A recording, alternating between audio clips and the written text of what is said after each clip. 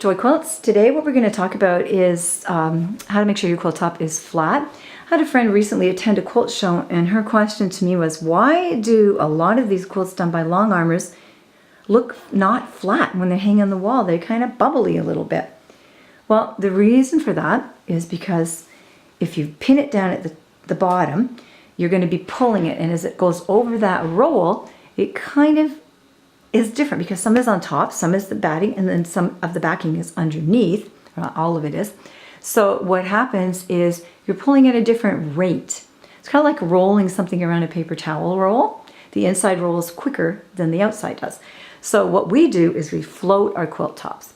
First thing that I'm going to show you is how we make sure that we start it evenly. So before we even take a stitch, we get our machine as far back as it can go, and then this is what we do.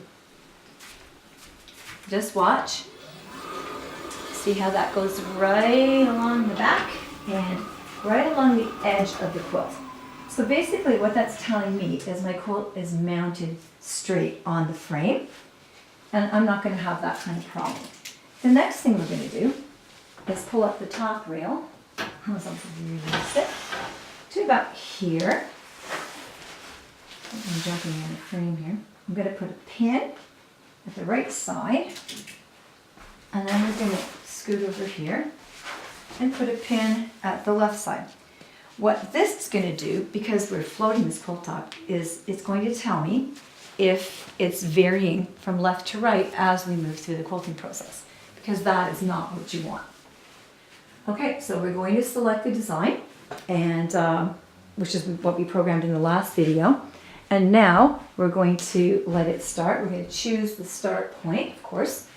Sometimes you don't always, so I shouldn't say of course, but in this case we are, because we're at the beginning of the quilt. And now what it's doing is loading the pattern. This is a butterfly edge-to-edge pattern. It's really actually one of our very favorites. We like to use it a lot. It's very pretty. It's butterflies and meandering loops. Okay, so now the machine is ready to roll. Just going over to the first stitch.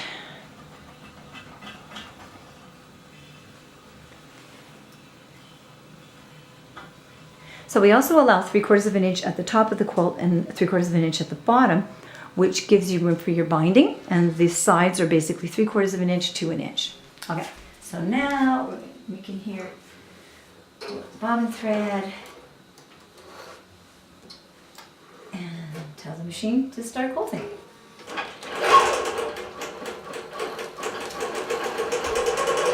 The first and the last row are the most crucial. You kind of have to make sure that you're there, just in case somebody opens a door and a gust of wind blows in, or something unforeseen happens, like I don't know, it could be anything. But anyway, so you really need to be here.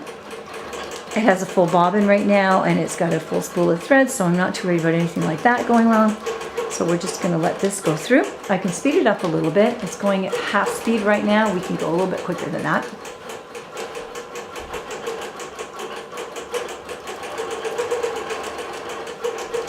And now we're up at about 75%. So basically, it's going to stitch the butterflies and loops.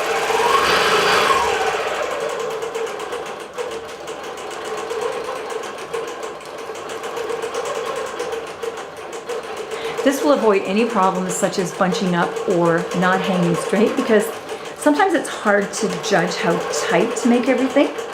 And the top really is the most important thing. The back is important, but the top, if it's pulled tighter than the back or the bottom, then you have a problem right away. So if your top just floats the way it naturally would hang, it really does eliminate that issue.